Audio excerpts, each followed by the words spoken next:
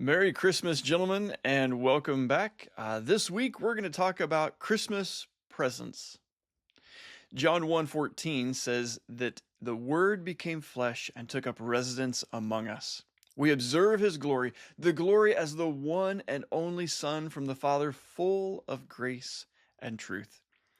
That word there where it says that God dwelt among us. He took up residence among us. It literally means he dwelled or he tabernacled. He literally pitched his tent with us. And what was that temporary tent he dwelled in with us? His body. Do you see the power in that image? In the Old Testament, there was an actual tent we called the tabernacle that God dwelled in.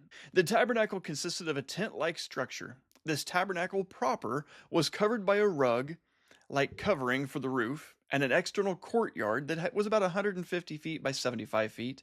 The whole compound was surrounded by a high fence about 7 feet tall, and the fence was made of linen hangings. Now, the tent or tabernacle proper was divided into the holy place and the holy of holies, measuring about 45 feet by 15 feet. On top, 4 layers of curtains acted as a roof to shield the tabernacle from the sun and the rain. The specific layout of the tabernacle and its courtyard is significant because it illustrates God's prescribed way for man to approach him. The whole compound was surrounded by a high fence with only one entrance. You see, a person could not simply come to God from any direction they chose. They had to enter the tabernacle through the one gate, which was always located on the east side, so that people were facing west when they entered the tabernacle. All right, did you notice the similarities here between the tabernacle of the Old Testament, God's temporary dwelling place, the singular way people could approach God, the priest who made the sacrifices, or even the temporary structure? Did you notice the similarities between that and the way Jesus is said to have tabernacled among us about 2,000 years ago? Our God is not a distant God who's too far, too busy, too out there for us. He's a personal and intimate God. He's a good Father who always has time for his children.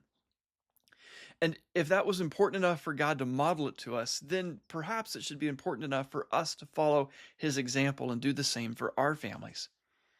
This Christmas, by far and away, the greatest gift you will give your wife and your children is your own presence.